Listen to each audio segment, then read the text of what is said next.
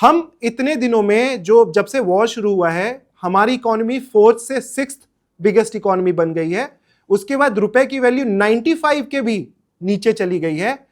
अब पीएम मोदी ने अनाउंसमेंट किया है कि आप वर्क फ्रॉम होम करें। लोगों में थोड़ा सा यही है कि अब ये लॉकडाउन जैसी सिचुएशन आने वाली है। आपने ऑलरेडी बोल दिया कि ये हो सकता है 2008-9 के रिसेशन से भी बुरी स्थिति हो जाए, जब काफी सारे लोगों की नौकरियां जाने लगी, जिनके फ्लैट्स थे उन्होंने अपने घर छोड़ दिए और सस्ते में लोग, क्योंकि वो लोन नहीं दे पा रहे थे, और यही कोविड के समय भी हुआ था। तो आप कैसे देख रहे हैं अगले 3 महीनों में क्या होने वाला है, और भारतीयों को क्या करना चाहिए इस सिचुएशन में? और पीएम मोदी ने जो बोला है उस पे आपकी क्या राय है? जो भी स्टेप्स उन्होंने बोले उस पे आपकी क्या राय है? देखिए, बहुत जायज कहा है जो कुछ भी प्राइम मिनिस्टर ने कहा है, बड़ा टाइमली वार्निंग है, क्योंकि अभी तक लोग इसको बड़े सस्ते में और बड़े हल्के में ले रहे थे। They are not showing the gravity of the disaster that has overtaken the global economy. जैसे कि मैंने आपको बताया, गोल्डमैन सैक्स ने आपकी जो जीडीपी ग्रोथ रेट 7-8% पे जा रही थी, thanks to Donald Trump, thanks to Netanyahu, आज वो जो है हमारी 5.9% पे गोल्डमैन सैक्स का फोरकास्ट है। इन्फ्लेशन रेट बढ़ रहा है, तेल की कीमतें अभी तक नई सरकार ने बढ़ाई क्योंकि 2 इलेक्शन थी, लेकिन अब बढ़ानी पड़े। गल्फ ऑफ हॉर्मुज को खोलने की चांसेस निल है, क्योंकि the terrain and geography favours Iran. ठीक है साहब, मैं आपको मैंने बताया कि जो पूरा उत्तरी तट है तमाम गल्फ ऑफ हॉर्मुज का, वो ईरान की कोस्ट लाइन है जी। और वो कोई फ्लैट रेत नहीं है वहां पे साहब, वहां पे चट्टाने हैं, वहां पे क्लिफ्स हैं, जिनमें गुफाएं हैं, टनल्स बना ली हैं उन्होंने। और मैंने बताया वहां से वो ताबड़तोड़ अपने एंटी शिप मिसाइल्स फायर कर रहे हैं, क्रूज बैलिस्टिक मिसाइल्स फायर कर रहे हैं, और ड्रोन्स चला रहे हैं जी। और एक ड्रोन काफी है एक टैंकर, ऑयल टैंकर को रोकने के लिए, उसमें आग लगाने के लिए। सो उसने तो बिल्कुल गल्फ ऑफ हॉर्मुज में ट्रैफिक कोई 90-95% खत्म खलास कर दिया है साहब।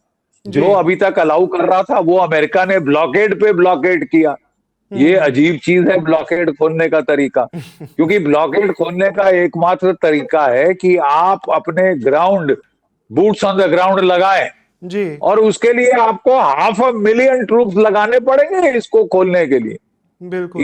ईरान पे कब्जा करना, Iran is 4 times the size of Iran जी। जब अमेरिका ने इराक पे हमला किया था, गल्फ वॉर 1 में 7.5 lakh troops boots on the ground लगाने पड़े थे जी। गल्फ वॉर 2 में 3.5 लाख फोर्सेस लगाने पड़े थे। तो आप कहां से अंदाज किसी ने लगा लिया है कि वो 15-20 हजार ट्रूप से वो ईरान का को धूल चटा देगा, रिजीम चेंज करा देगा? महज बकवास है। डे 1 से मैं कह रहा हूं कि नहीं कर सकते साहब। मिलिट्री अगर आप एनालिसिस करें तो वो क्लियर दिखाता है कि गल्फ ऑफ हॉर्मुज को बगैर बूट्स ऑन द ग्राउंड खोलना, दूसरा जो तेहरान में रिजीम चेंज करना without boots on the ground, impossible जी। अब वो फौज में कहते हैं नेवर रीइंफोर्स अ फेलियर। जहां फेल हो चुके हैं वहां बार बार वही हमला करना पागलपना है। आपको केवल नुकसान होगा और कुछ ज्यादा नहीं होगा। ठीक है। और डोनाल्ड ट्रंप हूड़मती कर ले, पागलपना दिखा दे, वो अमेरिका में लोगों को परेशान करना शुरू कर दिया है उन्होंने, और दुनिया में इकोनॉमिक तबाही मचा दी है इस शख्स ने। अगर ऐसे चलता रहा तो इकोनॉमिक रिसेशन छोड़ दीजिए, इकोनॉमिक डिप्रेशन आ सकती है। और भारत का खासा नुकसान हुआ है जी। 50% हमारा तेल, 60% गैस गल्फ से आती थी, कोई 42% हमारी नेचुरल जो फर्टिलाइजर्स हैं, यूरिया वगैरह वगैरह, फॉस्फेट्स गल्फ से आती थी, हीलियम गल्फ से आती है। Subscribe to One India and never miss an update.